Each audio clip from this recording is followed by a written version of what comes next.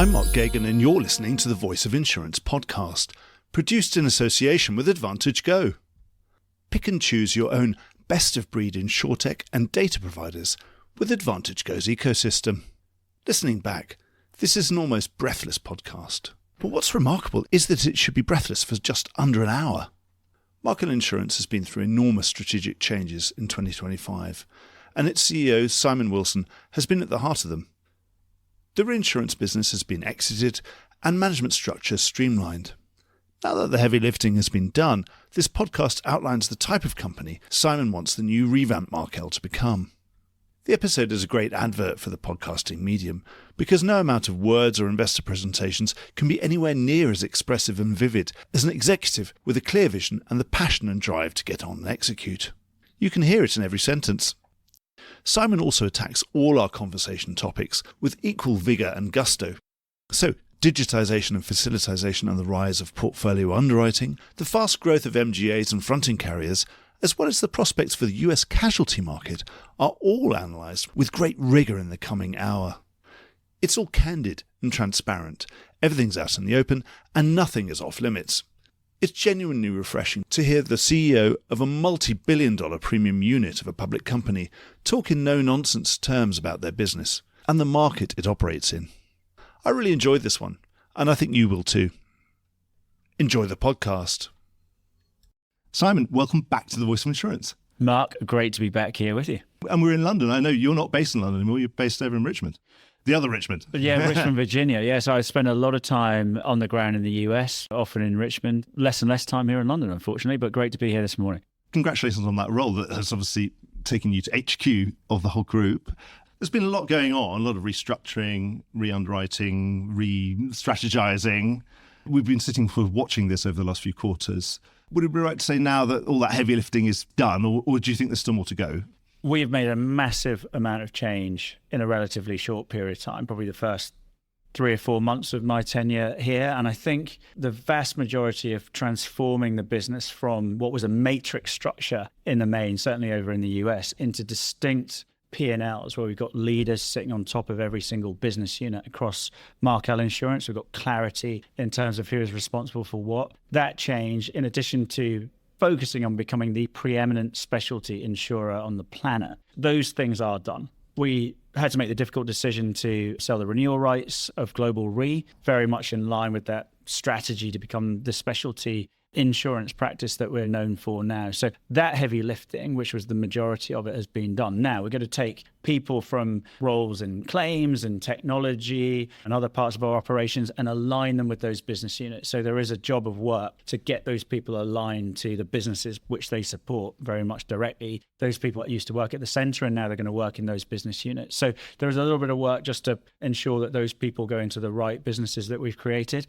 But by and large, the vast majority of the changes that we're going to make have been made. And as we go into 2026, we turn the page. We've got some really exciting plans for all of our businesses across the whole of Markel Insurance. So we're going to deploy those plans and execute on the new structure that we've created. Look, there's been an awful lot of change. People have had to deal with that in a short period of time. That's never easy, I think, for individuals that are involved in that change. But if I look back on it now and say, have we become a leaner, more focused organization on the back of all of these changes? 100% yes. So I'm really excited about what the business is going to be able to do going into 2026 and beyond. I had a conversation with Andreas Berger when he was still running Swiss Re Corporate Solutions. He came in, but his advice was sort of, go early, go quickly. And so everyone knows what's happening straight away, make that decision quickly so there's no uncertainty. Yeah, none of this stuff is ever easy, but I think if you can do it short, sharp, I think it's really important to be able to communicate why you're doing it to people as well. There's so many stakeholders with a business like Markel. The external stakeholders need to understand it and they need to hopefully to buy into that as well. At least you can be clear with them. But also the internal, our employees as well, needs to be really clear in terms of what we're doing. So when a decision that gets made, maybe not everyone agrees with it, but at least they can understand why that's being made. I think the worst of all worlds comes when things happen, but nobody's got any context for why they might be happening. So we try to be very, very clear in terms of what we're doing it so that people can come along for the ride to the degree that and you've got the accountability set up that there is someone in charge of every strategic thing you're doing. So important. So every single kind of P&L that we have now has a leader that sits on the top of it. Where things had gone wrong a little bit, and I've mentioned this in other conversations that I've had, we did that corporate thing when we had a matrix that got so confusing over time that everyone was in charge, but no one was responsible, if that makes sense. And we needed to make that change in terms of saying, no, if we're going to run businesses, we need people who are genuinely responsible, accountable, both financially, but also for the quality of what's going out the front door.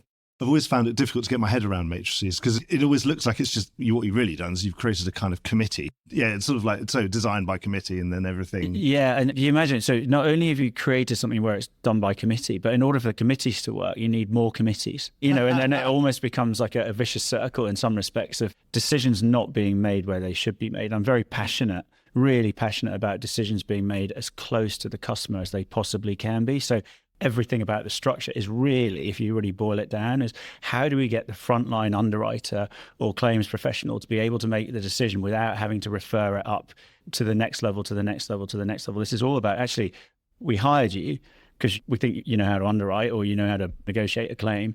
If we thought that then, we're going to think that now. We're going to trust you a little bit more than maybe you had done in that matrix type structure that just got in the way of you being able to make a decision. Certainly the worst corporate environment I've ever been in was one where a lot of dictates were coming down at you. And as a conscientious, good employee, you think, goodness me, how can I do all this stuff? There's so many things I need to do that I'm being told I need to do. Yeah. And then there was a revelation only about 18 months into that, was that there were no consequences if you didn't do them, which is also kind of depressing. It's like, well, why are we doing this? Well, there's no consequence if you don't do it. That is such a good point. So I have this thing, Mark, about you get to a Friday and you've worked Monday through Friday and maybe you've worked really hard. How do you know that that's been valued? You've worked really hard, you've done a good job this week. And I think instinctively as a professional in the industry, you kind of know you've done a good job. Well, if no one can see it, if no one ever knows, what's the point? So then, as you just described, it trickles down. You think, well, I'm probably going to try a little bit less hard next week, or what's the point? And ultimately, we come to a situation where the whole organisation becomes a little bit apathetic. And I think I'm not talking about Markel specifically. I think I'm talking about corporates. A really important thing is like, how do you get back that edge? With people when they turn on me, I want to do well. And if I do well, people will recognise it. And it's not always just financially, actually. There's an awful lot of people that just want to be recognised for doing a good job and being a player in a team that's doing really well. And everything that we've been doing within Markel Insurance these past 6 months has been getting that edge back. I've been working with Bain quite a lot. They call it the founder's mentality. And you lose that kind of founder's mentality as you get middle-aged as an organisation and you start to create matrices, structures, committees, all those things creep in. Because the edge that you had when you first started, that real clarity in terms of what your role in life was, it kind of ebbs away over time. And you have to be quite focused on maintaining it. You come to this role from running international, and obviously I think that was the last time you were on the podcast.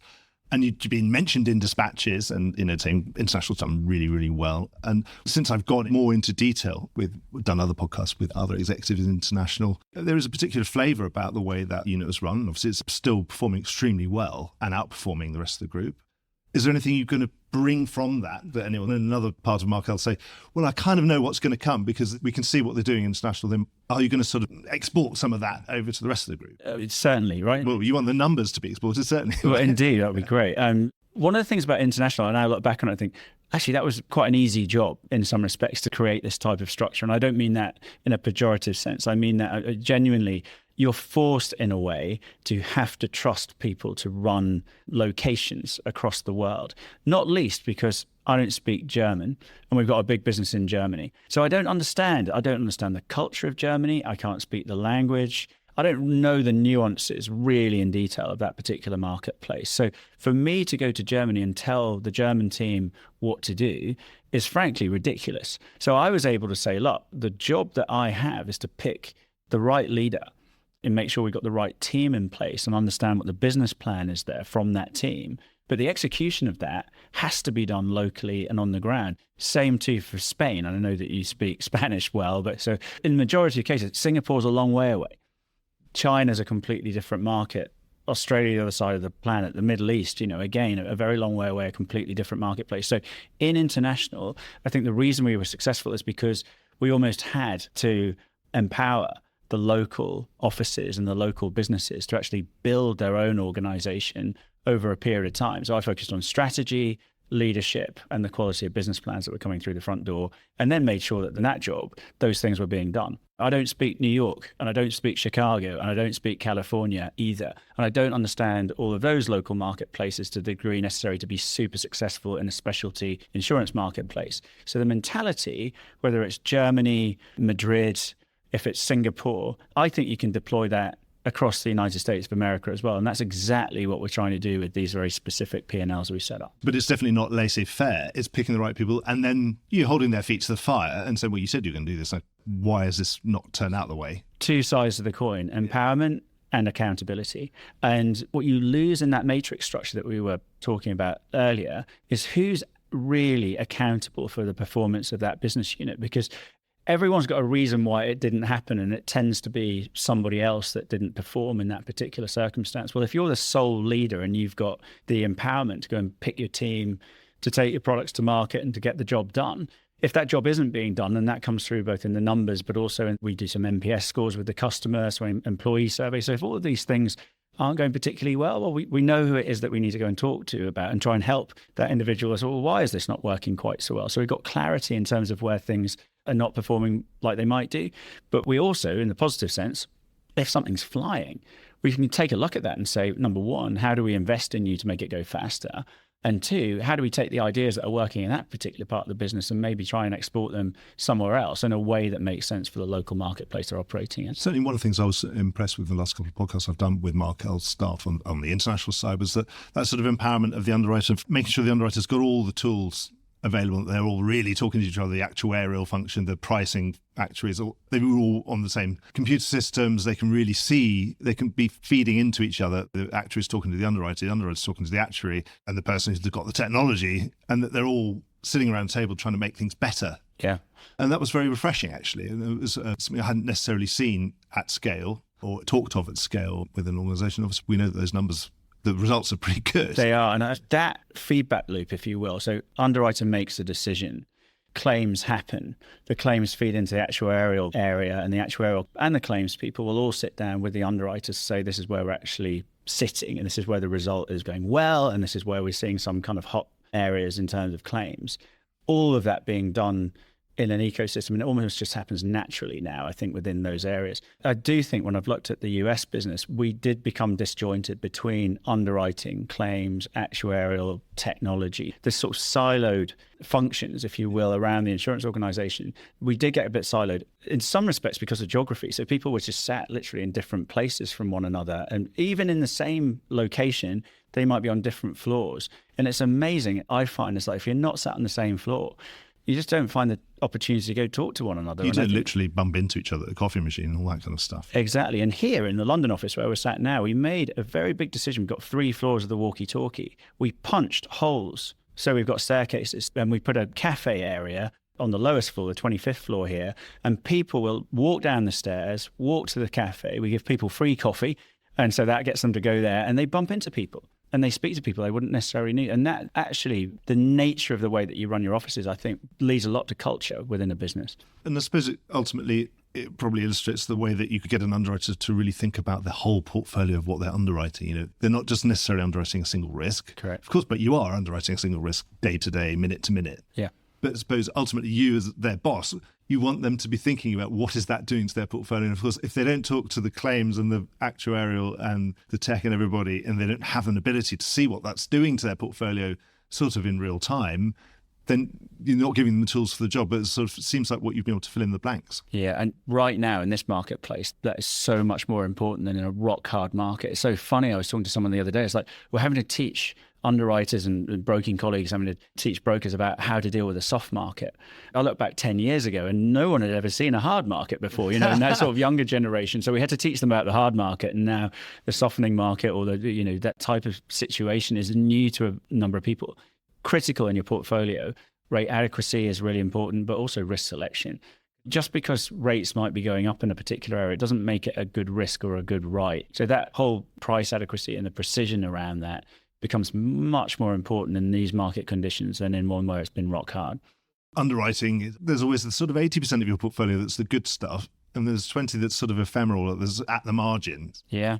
And it's trying to keep that 80% happy and keeping the broker coming back to keep offering you that share of the 80% that you really actually quite like. And the rest of it, you could sort of live without. But it changes all the time. I agree. And how do you teach AI how to do that one day? I'm not entirely sure just yet. I'm sure we probably get onto that at some point during the conversation. But that artistry of the relationship between the broker and the underwriter, and the knowledge that we're doing this deal on these terms because of the other 80%. The scientists would say you shouldn't do that. But the trading individual understands why that is being done for more of a medium long-term approach and the importance of staying in the game to some regard. And that's a learned experience, I think. I'm not sure AI will, yes, it needs to learn about what a watching line is and all that kind of stuff that we know about. True, but so I suppose it will learn about it. But the trust dynamic that you look at the party across the table, say, like, I'll do this deal because I know I can trust you because we've traded together for 10 years. And when the good times come, all that 80% keeps coming round, leg me over. If you do a favour for a broker and they said, well, lots of really good stuff's coming around the corner, I can look at my next set of renewals. And if they don't actually show them to you, well, I'm not doing you a favour again. Yeah, I think both parties kind of understand that whole thing. So all of the precision and the rate adequacy is really important. But when you were describing that portfolio approach, that is a very, very nuanced thing. And it certainly isn't all about doing favours the whole time. I mean, that doesn't make sense. But there is a sort of an understanding and a trust between the two parties in that transaction. Yeah, we might as well talk about all of that. Because actually, where do you think the best applications of AI have been? So AI, massive topic, isn't it? I mean, and share prices in the States in particular are flying on the back of this new technology. And it is amazing. I mean, it's only probably 2.5 years ago or something like that when ChatGPT came in, when the wider world became really aware of what this AI was all about. We've done 3 things within Markel around AI. The first one was sort of base up. We gave every single person in the company Copilot, so the Microsoft product. So just to get people working alongside it, because everyone's doing a spreadsheet, everyone's doing a PowerPoint presentation, everybody's doing the Teams meetings, and they want the notes coming on the back of that in a real one-pager, and they can do all of it. So to get people in the modus operandi of AI, we gave everybody Copilot. I think we're the first insurer in the world to do that. So that's interesting, and I think people will bubble up in terms of just general capability. Once you've had it summarising your meetings and sort of saying who said what and what was agreed and sort of sending that to everybody, you're never going to go back again, are you? So that is a really productive thing. I mean, it's been very beneficial. The second thing, which is a bit more insurance specific, is data ingestion has been a big thing that we're doing. So just the quality of getting something off a slip and into our system, that takes a lot of time and mistakes often get made. If we can get AI to do that, and the quality of the information that's being transcribed onto our system is better than we've ever done it before, and it's quicker, productivity is good, but it really is table stakes to a great degree. I mean, I expect most people in the market will be doing that type of process efficiency, data ingestion. So got to do it, but our share price isn't going to double on the back of doing something like that, but we do need to do it overall. Where I get really excited, and the third kind of level, I think, of the application of AI is really when we start looking at the underwriting decision-making that's being done. And a great example of it that we've got in the business at the moment is our warranties and indemnities practice here in London. Imagine underwriting a W&I risk. You're essentially sitting in the seat of the buyer and making sure that they haven't missed anything in due diligence. That's the promise that you're making, because if something goes wrong in that transaction and they're financially impaired, that's where we step in, and so long as the trigger's gone off in the contract, we will step into the shoes and put them right.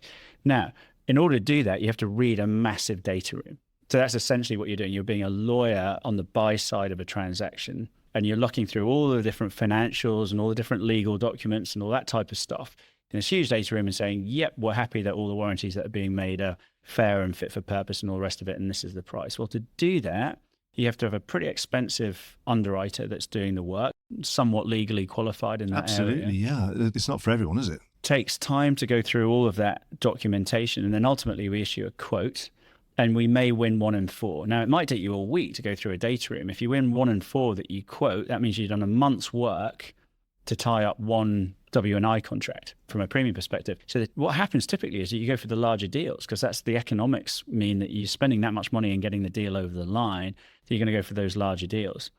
Well, what if, and that's what we've deployed now as an AI solution called Harvey, what if you can have an AI solution that reads the data room on your behalf? So you have to be very clever with the question that you're asking the AI to answer. So the prompt essentially that you're writing in the machine, that's where the skill really is. But then you get this really nice report on 3, 4, 5 pages that say, well, if you'd read every single document in here and this is your brain because you put the prompt in there, this is what you'd have found off the back of it.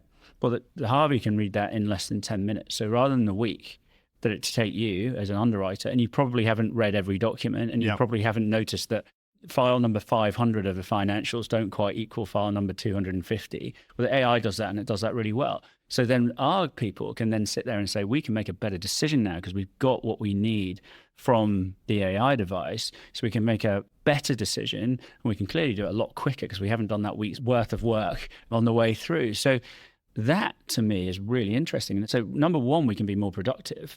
Number two, we can now start looking at smaller deals.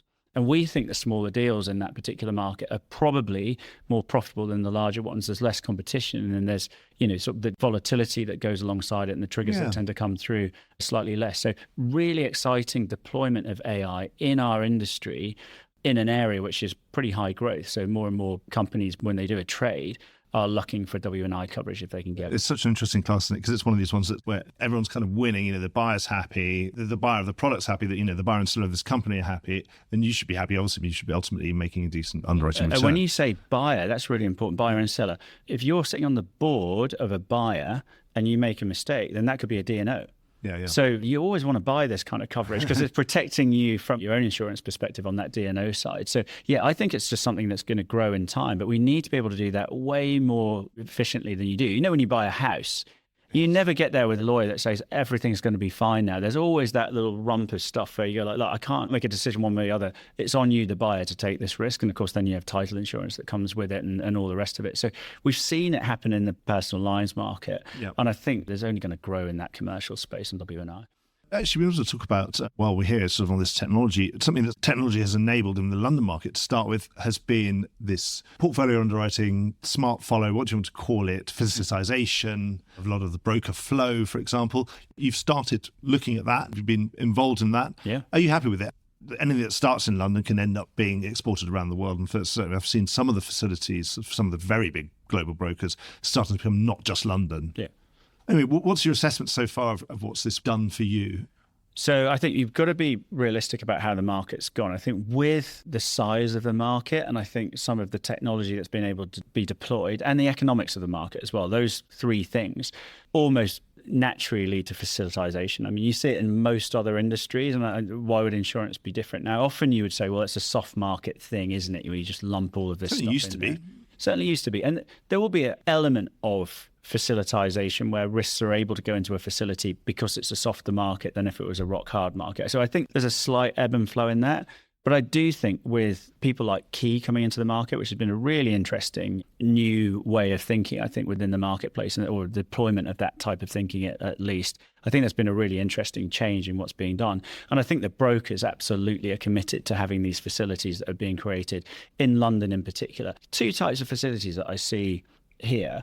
You've got the large portfolio, whole portfolio type facility. So ACT being the main one, but there's a number of other ones. The top 10 brokers have all got their own version of something similar. Precisely. Yeah. ACT probably a little bit further along than most, have been going for a long, but most other brokers, as you say now, are in there. We do participate on some of those. And I think a couple of things that come out of that, well, clearly there's scale. So you can access that portfolio. You've got scale and you've got instant diversification. Diversification is really important. That's the other part of it. As long as it is diversified, because the problem that you get is it starts diversified and then you end up a couple of years later and it's like, well, why is this 60, 70% cap? That becomes a bit of an issue. So we do keep a close eye on making sure that that diversification does remain in those facilities as they go through. But not only do you get that diversification in the scale fairly quickly, you also, if your data team is quite strong, for a 1% share on the facility, you get 100% of the data. Yeah. And that's really interesting. So you start to see claims trends and you start to see, well, what layers are working, what other layers aren't. So we can use what we find in the facilities and the underwriting that's being done there. We can deploy that in our open market underwriting as well. So we get really excited about the amount of data that's coming alongside some of those large facilities. The second type of facility that we see are more of the class of business. So we've been on Pearl, which is the Marsh Energy facility. We're on Slipstream, which is the Marsh Marine facility. So these are where you need specific levels of expertise in a particular class of business, but it is a kind of a fast follow, semi-automated type of facility. We really like those because they exist in classes of business where we feel we do have leading capability. So there's a degree to which we will lead those facilities, and we can tinker with the dials a little bit, in terms of how much marine liability versus hull versus cargo will go into that Marsh Marine facility. And we'll work with the broker to make sure that that is well diversified and leveled to a degree. Whereas when you've got a whole portfolio, it's a little bit more difficult to get to the nuts and bolts of what's going on there. So the class of business specific facilities is something that we've really lent into with a number of brokers now, and ones where we think we can deploy our knowledge and skill base to make those facilities better. Because I don't think the brokers now want to be in a situation where those facilities just go off in a puff of smoke because the performance of those facilities are so poor. Because if they lose that, I think it does create issues for their economics within the broker longer term if people move away from it. I suppose ultimately it's for the good of all. Ultimately, correct. If we can make it work, because we've got a $100 billion market, we can't make it a $200 billion market and have to double the expense base. It's not physically possible, I don't think. You asked me the question at the start, is this a London thing or can this go global? I think it starts in London because the nature of the capital that's here. So you've got many markets and the facility, you can say, look, and the ACT thing, do you want to write 1% or 1.5%? No, it's a small line, but it's still meaningful premium volumes. And you've got enough markets that are able to come together to create a facility that works in London. You've also got the licensing here, which is so strong. You go elsewhere and suddenly the licensing is a bit more clunky. And in Europe, obviously, you've got access to the European Union. So there's definitely something you could put together there.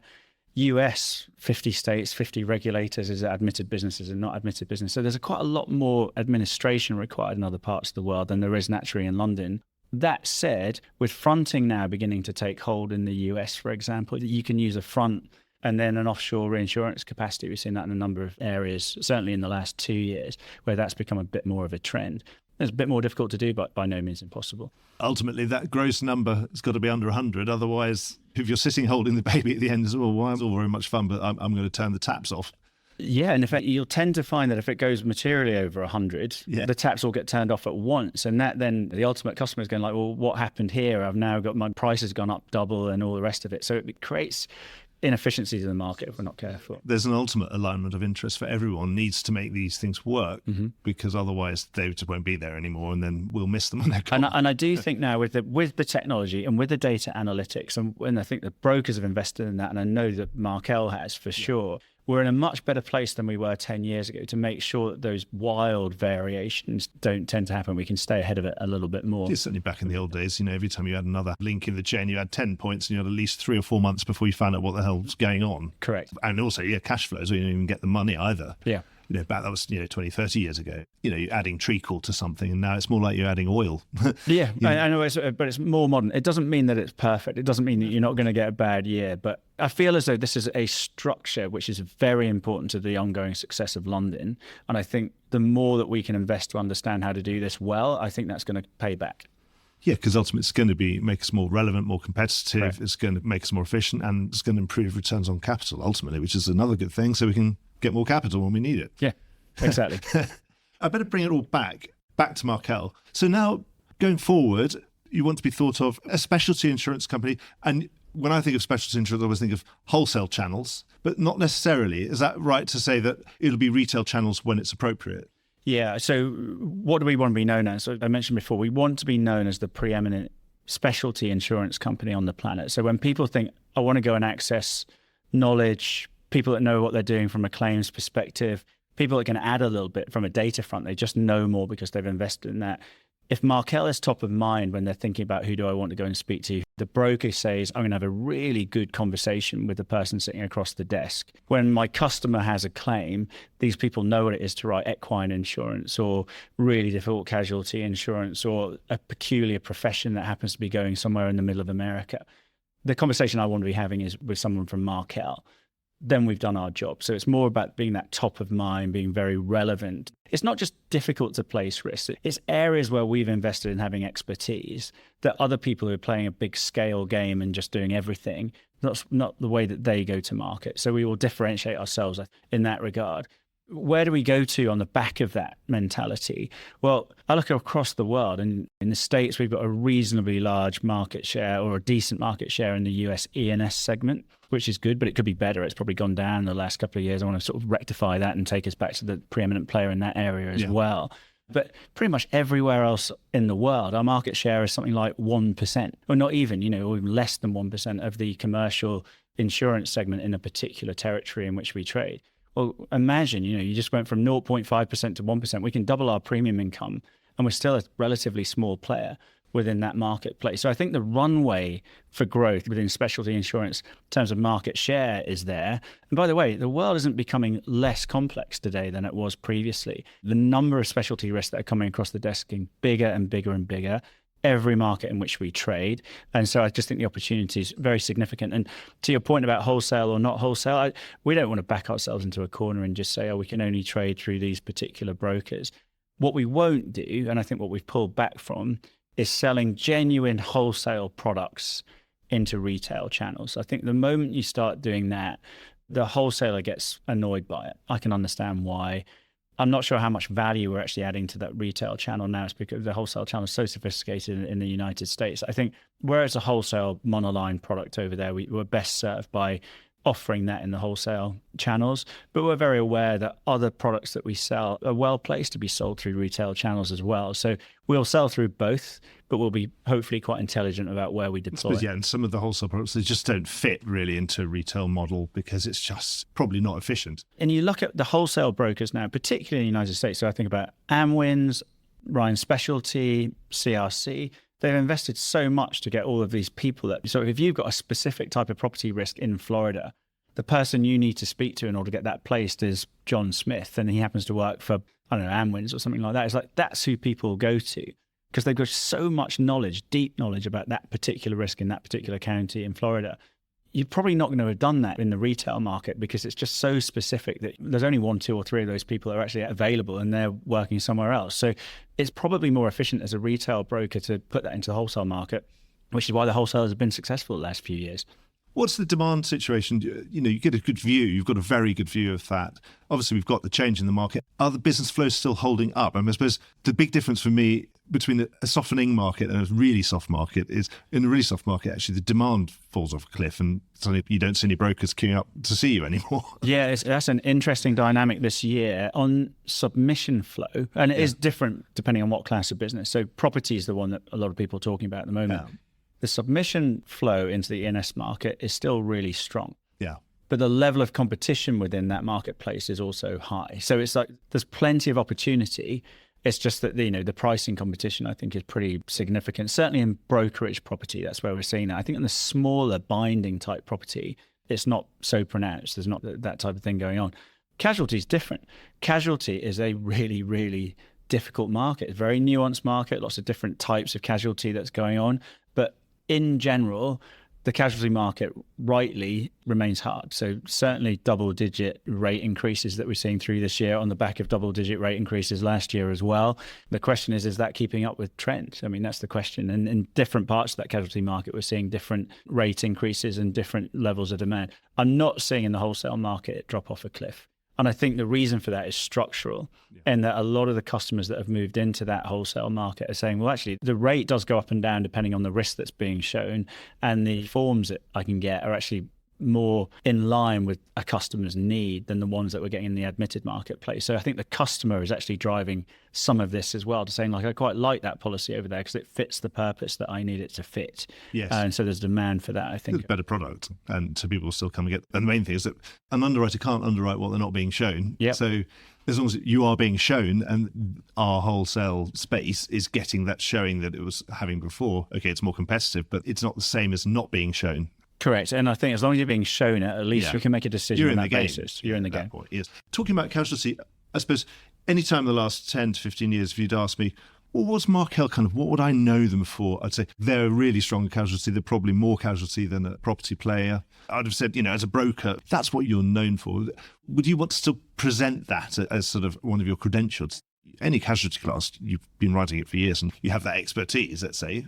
So I think certainly the DNA of the company, I would say professional and casualty. So this kind of third party is definitely something that's synonymous with Markel, less so first party. I do think if you look now, the international business has grown so much, and we're very strong in energy, we're very strong in marine, we've got a decent cyber offering, which I guess is kind of third party as well. I do think we've broaden that specialty. So I wouldn't want to come across as almost entirely casualty or something along those lines. But you're right to say, like, you think of Markel, casualty would be something that you would feel was quite synonymous with the way that the company knows. We've got a lot of history in casualty over a long period of time. So we've got good data, and we've been through tough times and good times in that particular area. I would say the US casualty market, well, it's been more difficult than the property market, certainly these past 2 or 3 years. And we always think about the last 2 or 3 years. In casualty, it's not the last 2 or 3 years. We're looking at 19 and prior was the initial kind of issue that cropped up probably 2022, 2023, that you started seeing that coming through. And then people felt, because you go through COVID and prices went up, and the number of court cases in that kind of 2021 period went down. 2021 feels okay. I think we're looking at the data now, we and the market in general looking at data and thinking, I'm not sure if the prices actually were adequate during that 2021, even 22 period of time. So there's an awful lot of work to be done in the US casualty marketplace. And I don't know how often you're out there. Obviously, I'm there on a regular basis now, but you turn the television on and the ads that come on the break, it used to be various medicines that you could get, which were like 5 seconds of it will help you from whatever ailment you have, and then the next 25 seconds of the disclaimer. Yeah, it makes you feel drowsy and nauseous and whatever else. All that type of thing. So that was the ad that you used to see. And now the majority of ads are actually for the law firms that are looking to get people money from traffic collisions and that type of thing over there. And it's like, oh, and we just got 100 million, or we got 250 million, or we can, there's very, very big numbers, especially in that wheels type transportational casualty, which are frightening. And now that we've seen some of those nuclear verdicts, or whatever you want to call them, coming through, that stokes the demand for other people to say, well, I'd quite like a shot, maybe getting that kind of number, not least if you're a lawyer, but certainly people that have been injured in these accidents. And that has fueled investment and private equity coming into the marketplace. So this has become a very different game than what we had in the teens, if you will, sort of like 10 years ago.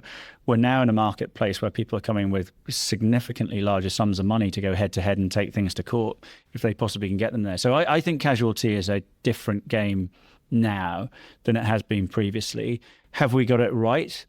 Difficult to say, but I think the industry needs to be very, very thoughtful about how it goes about underwriting casualty, because we go back to the 1990s, I'm sure you're aware, there's a time when people just couldn't get cover anymore.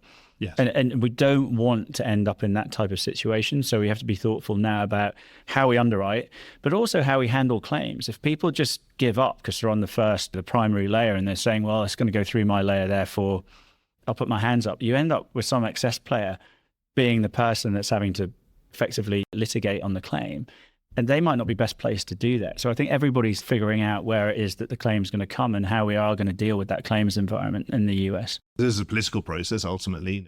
People could all be on the side of the plaintiff, against the big corporate, perhaps sort of, in their head. And it's only when your local swimming pool shuts down because they can't get liability insurance, or you can't see a doctor, or, you can't see, obstetrician, then it starts to come home to people, and then they might start writing letters to their senator or whatever. Indeed. And unfortunately, it often takes that, because right now, if you put tort reform at the top of your bill, if you were trying to be elected or something like that in a particular state, I can't imagine that's going to go down that well with the electorate. So it's a really difficult thing.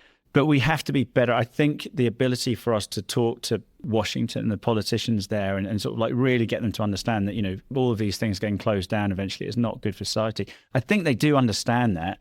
It's just where the priority kicks in. But we as an industry, for the time being, need to be very thoughtful about the coverages that we're giving out. And I think certainly when it comes down to the claims, I think we need to be somewhat more joined up in terms of like, well, hang on, let's not just give up on every claim that comes across the desk here, because there are some that are very valid. There are others that should be contested, and to set a precedent going the other way to say that we're not always going to give up. But in terms of that perception of Markel, of course, you have de facto that fantastic experience, a deep experience in casualty, which is highly valuable. But generally, you want to be known as a specialty player in first and third party, property, marine, every other class, presumably. We have to be. You want that balance, right? Yeah, we do. I think balance is really important. It's a good word. I think it's always good in hindsight, isn't it? We were underweight property the last 3 years. Wish we'd have done lots more. If there were 3 mega hurricanes that hit America in the last 3 years, we'd have been overweight property. So it's, that is just it's a little bit hindsight. But I think the pricing environment was so strong. I think looking back on it, we could and should have written more. We're underweight workers' comp. So if you look at it's amazing that run that workers' comp's had over in the US. A lot of people are able to almost subsidize the reserves that they're putting up on casualty with the takedown that they're seeing in workers' comp. So we do have a workers' comp practice. It's really good. I just wish it was a little bit bigger. I think we've been underweight surety. So there's areas where you think we've got these capabilities, but what I'm looking to do in this role is to scale those areas which are genuine specialties. And I think we're going to invest in that. We'd like to bring new teams of people and we can extend the product coverage. We could potentially have a bolt-on acquisition that comes along in terms of just really balancing that portfolio out. So yeah, I don't think if you're going into specialty insurance, you can then say, and we're only going to write this tiny little section of specialty insurance. I think certainly with a company of our size and scale, we do need to look across most classes that exist within the specialty insurance sphere. You mentioned about M&A. Would it be right to assume that given the scale you've already got and the fact that you've been re-strategizing, restructuring, refocusing, the way that the market cycle seems to have given us a season of M&A, and sometimes it's just down to timing that, the timing was about 5 years ago. Lots of new companies were capitalized and with a sort of capital that likes to seek an exit after 5 to 7 years. Some of it's that kind of thing. It's just a coincidence, but others is more cyclical. Yeah. Given where you are, would it be right just to assume what you just said about bolt-on acquisitions making sense, but generally in the big acquisition space doesn't sound like where you want to be? I honestly think with the platform that we've got now and the reorganization of that platform we talked about earlier, the scope for organic growth in the business. And by the way, people always talk about soft market and hard market, and we're not going to look to write silly risks in a soft market by any stretch of the imagination. But I just think there's enough runway for us to be able to organically grow pretty strongly. We have this year, we bought MECO earlier this year, which was a marine liability specialty player here in London. Yeah. It was a product that we didn't have. We wanted to add that to our marine capability, which is really strong in the London marketplace. And we went ahead and bought MECO back in, I think it was March of this year. So we've done a bolt-on acquisition now. That's probably $60-70 million worth of premium within a very specialized MGA environment. And we're now putting the balance sheet Markel behind that MGA, but keeping all the great stuff that team does. So love that type of thing where you're able to add something and it does either bring distribution or new products. That you've been trading with for a long time anyway. Correct. So you've got that, longevity, and we've done that. And when we've gone into new countries, often we've purchased an MGA to go in there because they've already got the distribution, and we can look at the underwriting and say, if we were to add the balance sheet on the back of that distribution, you get a double win off the back of it. Plus you're in a country and away you go. So I certainly wouldn't say we're not open to that type of acquisition. Yeah. That very large scale, double the size of the company type thing, we're not there at the moment. That wouldn't be one for us. I think not least because if you look at the valuations of some of these insurance companies going into slightly more difficult market conditions, we're pretty highly priced for then having to deal with more difficult market conditions. So maybe you give it 2 or 3 years, or sort of never say never type thing. There might well be a movement in terms of pricing where some people have had a difficult cat season or something along those lines. So I would say never, but it's certainly not by no means like top of my agenda at the moment. We need to get the organic growth right. See, having pulled out of reinsurance, you've got that frees up capital. I suppose it's difficult. I don't want to ask you questions that are not necessarily in your purview to answer, but are you able to redeploy that capital? Do you think you've got enough space and runway to deploy that capital today? So just to clarify, on the reinsurance, we sold the reinsurance rights. Right. You put that into runoff, though. Oh, we've put it into runoff. So you don't get a capital lift straight away, but as it runs off, you do. Give it a few years, and we've got this kind of trickle of capital coming down. You've got a trickle of capital that's freed up as those liabilities are extinguished. Correct. So, for example, we've just named a new business unit within our Programs and Solutions division. It's called Bermuda. Funny enough, and that does Bermuda. And we've been really strong in Bermuda on professional lines for a fairly long period of time now. Property and casualty lines of business, we've done them, but we've never really focused and said, well, what is the market opportunity in someone like Bermuda for those types of lines of business?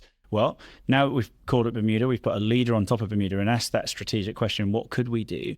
We've got quite exciting plans in order to maybe grow that Bermudan platform over the next 2-3 years. So that will require capital. So as that reinsurance capital becomes available, we might do that in the insurance market of Bermuda. There's a technology solution that we're putting into our personal lines business in Wisconsin under a guy called Jeff May. Computer systems don't come cheap these days. So again, it's a great investment in a really nice part of our business.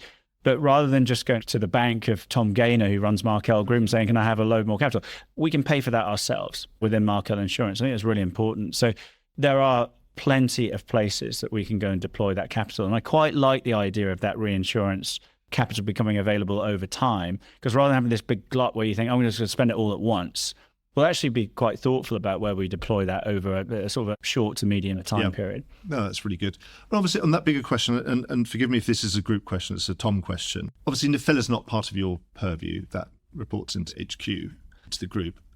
But having put Markel Re into runoff and sold the renewal rights, I mean, does that put any question mark around Nefilla itself? I think there's a big distinction between what Nefilla is and what Markel Global Re was. Yeah. So Global Re, certainly the business that I inherited, was, I've gone on record as saying this, it was about $1.2 billion, own balance sheet, predominantly casualty professional lines in the US. So we didn't have property coming in there. We actually put that into Nefilla a few years ago. So a $1.2 billion reinsurer doing casualty professional lines, just in my view, wasn't at scale to be able to have any leverage in those debates that you have with a broker. So it felt like in order to get to a point where you had relevance within the market, you probably need to get to $5 billion over time, at least. And that would have taken a lot of effort, a lot of capital, all the rest of it. And our strategy is to become the leading specialty insurer in the marketplace. So those two things were incongruous. You just couldn't do both at the same time. So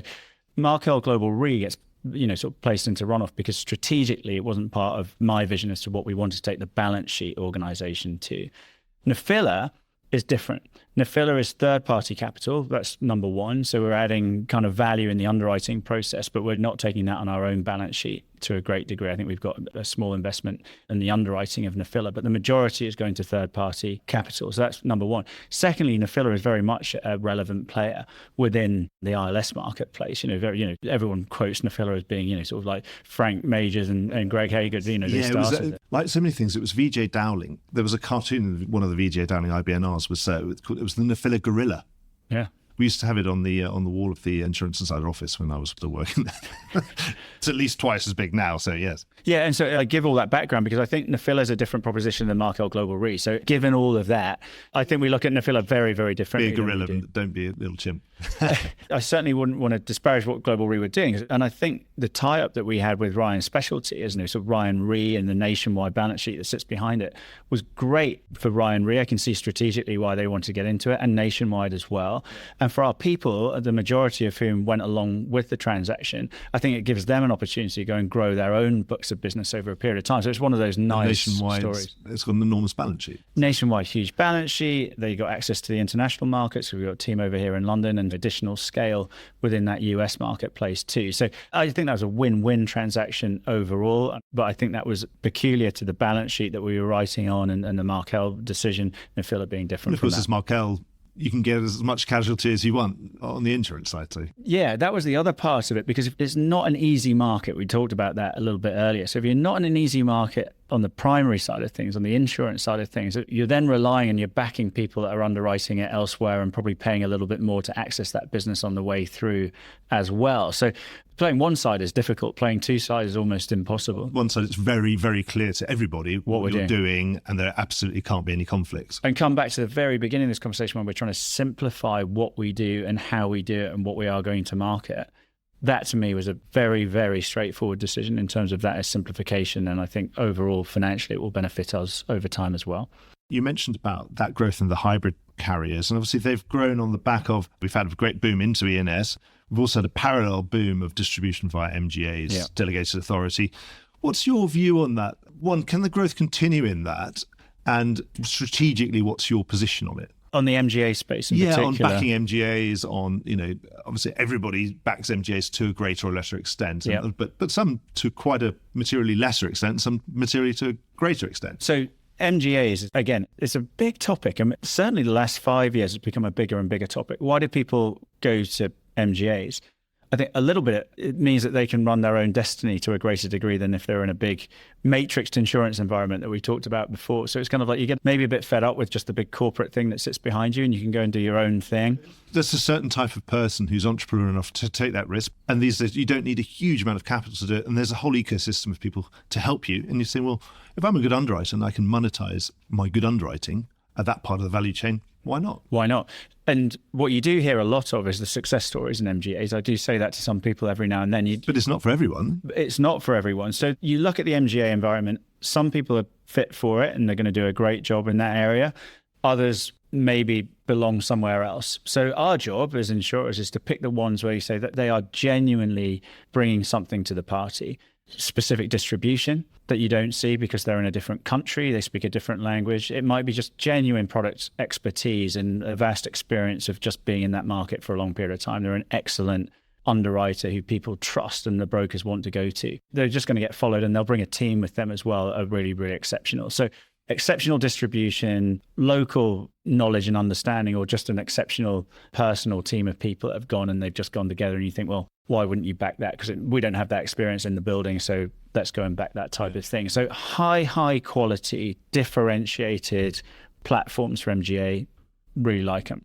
The rest, my argument would be, why would we be giving our balance sheet to people that either aren't quite as good as we are or aren't as good as what we should be? You know, we should be questioning ourselves, I think, sometimes as insurance companies to say, well, why are we not doing that ourselves? Sometimes I come back to the corporate nature of some of the big insurers and the fact that people just get a bit fed up being within them. Well, my job is to bring a little bit of that entrepreneurial mentality into this business here. So best of both worlds. I've got permanent capital, permanent balance sheet, really nice culture, and I'm going to give you a bit of the business to run, and your performance is going to be paid for on the performance of your book within this building. And you can build a long-term business by doing that. So I would like to bring some of that kind of entrepreneurialism into this building rather than forever seeing the drift out to those MGAs. Because you get the upside, but you do also have that protection against the downside. And most people would be right to describe that I have more job security at a balance sheet underwriter than I do as an MGA. It could be precarious if things go wrong. Obviously, it will be. No one's going to renew my paper eventually. And that trade-off is a real one. And I think people haven't, certainly in the last 5 years, you hear these stories of everyone getting these tens of million payouts, whatever it is that people talk about. And we haven't seen that difficult market when capacity is withdrawn from an MGA. And sometimes that happens because of what the MGA has done and they've underperformed and haven't made profit and all the rest of it. Sometimes it's got nothing to do with that particular MGA. Isn't it? Wrong place, wrong time. But the result is the same in that if you don't have any paper to write on, you've got no business anymore. And however much the broker likes you, if they've got no product, then obviously you can't sell it. So don't want to be like the bearer of bad news or putting fear into people. I love entrepreneurialism, but there is a trade-off that people make when they decide to go and do that. No, I think you're absolutely right. You're absolutely right. And yes, if you can really focus on making this a great place to work where you get the rewards and you get a lot of the upside, then you say, well, why would I bother faffing about starting my own company? But there's some people who are always going to do that anyway. For sure. And I'm glad they do. Because you can back them, yeah. And Markel started its life as an MGA back in 1930. So, you know, you can over time, if it's successful enough, you can turn to a balance sheet company ultimately. That hasn't been the trend recently, but we'll see it. So we do back MGAs. We continue to look for them, but we look for excellence when we do that. But one thing I haven't talked about is something we've been talking about almost in the round. When change is happening and, you know, you're instigating some of that change is just happening all around us. And we have to react to that change in the way that the tech and AI and all these other things have been happening around us. And of course, there's just the nature of risks themselves are changing. But people don't tend to like change very much. And, you know, as a leader, how do you bring them along with you? That softer side of what you're doing, where's your strategy on that? I mean, it's one of those things that you can see it, but it's very hard to articulate. It's always a thing with a leader. You're expected to bring about change. You know, if nothing ever changed, I don't know, would we still be writing on tablets of stone or something like that? You know, but when people say, I don't really like change, it becomes very general and saying, like, I don't like it because it's different. And I get that because people come into work one day, they get comfortable or they understand how everything works. And then suddenly a few things get thrown up in the air. I've got a different boss. The computer system doesn't do what it used to do and it's all new and all the rest of it. So I can understand that it's a little bit unsettling for people, you know, in general. So I can understand that sort of somewhat generalization about change. But without it, things don't grow. That's the long and short of this thing. So what are we doing? I think you're putting in change. As I said at the very outset, we've got to communicate why we're doing it. I think if people can understand the rationale that you're doing, so we're trying to become the preeminent specialty insurer on the planet. In order to do that, we need to focus on specialty insurance. So we decided we're going to make a few changes in terms of reinsurance and the rest of it. We want to get away from a matrix structure where you didn't know who was in charge and who was making decisions to absolute clarity in terms of who's going to be responsible for certain areas of the business. We'll put our financials against that new model so we can see who's being successful and who needs some help in those areas. And we're going to invest in people who've got great plans in the future and want to bring new teams in. Now, if we can articulate it to that degree, people just say, well, I still don't like change. I said, well, come along, give it a go. Give us 12 months and let's see if we can turn the thing around. The one biggest thing that carries you through, Mark, as you'll well know, is results. If we can start putting some runs on the board, people are saying, oh, this thing that they've done, it's amazing. It's working. I'd like to be a part of that. And it won't just be people in this building, but people from the outside will start to come and want to be part of Markel as well. And we found that with Markel International. So Markel International 5-6 years ago was a little bit of a backwater in London, especially. Yeah, let's say it was average, I think. Was it fair to say? Yeah. That literally, if you looked at the numbers, it was never really outperforming on anything and did most things. Yeah. And then suddenly we're here now 5-6 years down the track and we genuinely have unbelievable momentum here. It's really exciting. People that want to come and join, people who have joined, people that are doing really nice things now when they're here. Well, that's what we want to get going across the whole Markel Insurance organization. And I think once people see that start to work and they're part of it, I think that's when they say, actually, I quite like this change. But at the very outset, when things are just different, that's the hardest period of time that we go through. We had Q3 last week. I was over in the States to go and do that, and that went fairly well. We need to do that in Q4 and Q1 and Q2 next year. So, you do 20 quarters in a row like that, then everyone gets it. That'll be amazing. I'll take that for sure. That's really good. Yeah, change, not just for the sake of it, which is always the worst kind. That always feels like rearranging ditches on the Titanic type change. This is change with a purpose, and then you can see the results of it. Then that's the best kind. Absolutely. And you look at sports teams, and if sports teams lose games time and time again, the attendance goes down at the grounds and nobody watches on TV. As soon as they start winning again, everyone's buying the shirts and that type thing, aren't they? And it's a little bit similar, I think, in our game. And I do view it, actually, what was really exciting about this is becoming competitive again, sort of being out there and trying to beat the next guy. It's an appeal to that, and I think it does get the juices flowing. There's one of these things that goes viral with Roger Federer. He's getting an honorary degree somewhere. It's a speech, and he says, you do realise, I won all these titles on every Grand Slam known to man, whatever, hundreds of them, but I only won 53% of my points. Amazing. It's just, if I went off and sort of tore my hair out and sort of, destroyed my racket every time I lost one of those 47% of all the points that I played, it's just a marginal difference between winning and losing. Even when you add it up in a game like tennis, it's gone quite well for Roger Federer. It goes well. Yeah, absolutely. Simon, well, I really wish you well. For one thing, you're going to be incredibly busy. I can't see how this job will ever be the sort of one where you can just be, lying back in a hammock, sort of counting numbers. It sounds like it's going to be a process where it never really quite ends. No, but I tell you what, Mark, if you build teams around you and you put people in positions where, you're great people, most of the work is being done within those business units. And so my role is very much one where you're trying to pick the next thing that we go and do, and you're a year or two almost ahead of where the business is. I think that's where you try to get to. So does that mean I'm not going to be lying in a hammock quite so much? For sure. But I'm not a lying in a hammock kind of person. Presumably, you already knew that when they gave you this new job, Sam. Absolutely. I think British Airways is doing pretty well out of me at the moment, going back and forth across the Atlantic. Well, then hopefully the family can do well out of all the air miles you're accumulating. So quite good. Right. Excellent.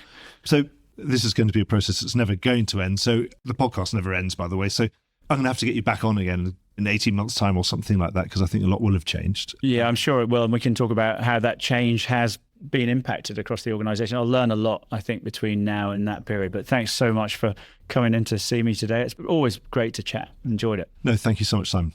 Well, I hope you enjoyed today's episode. If you did, don't forget to subscribe or leave a like or a review or recommendation on whatever podcast platform you used to access this programme. These really help get the word out.